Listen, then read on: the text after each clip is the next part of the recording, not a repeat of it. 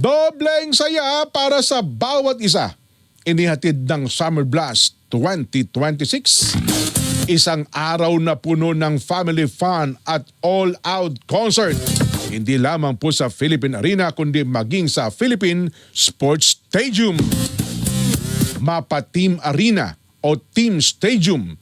Hindi po nawala ang energy ng lahat ng ating Canet 25 na nagpunta. Hindi po alintana ang summer heat dahil mas mainit ang pagtanggap sa lahat ng artists at band na nag-perform.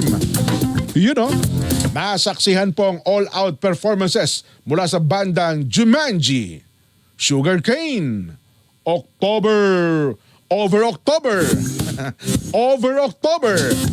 Nobita, Silent Sanctuary, Dilaw, Mayonnaise, at ang 4UP's Page. Marami rin ang napakilig, napaindak, at napasenti sa performances ni na Glock 9,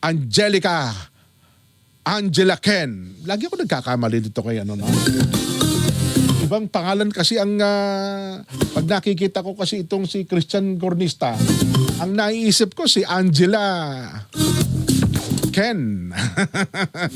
Kel Pangilinan with yung kasama daw po yung kanilang banda na You The Ones, Sakta Budlo at BGYO.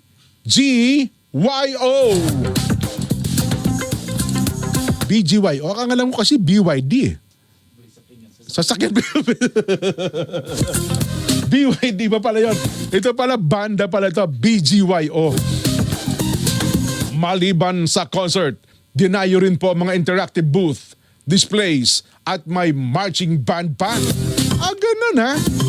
Truly, a record-breaking at world-class experience sa Summer Blast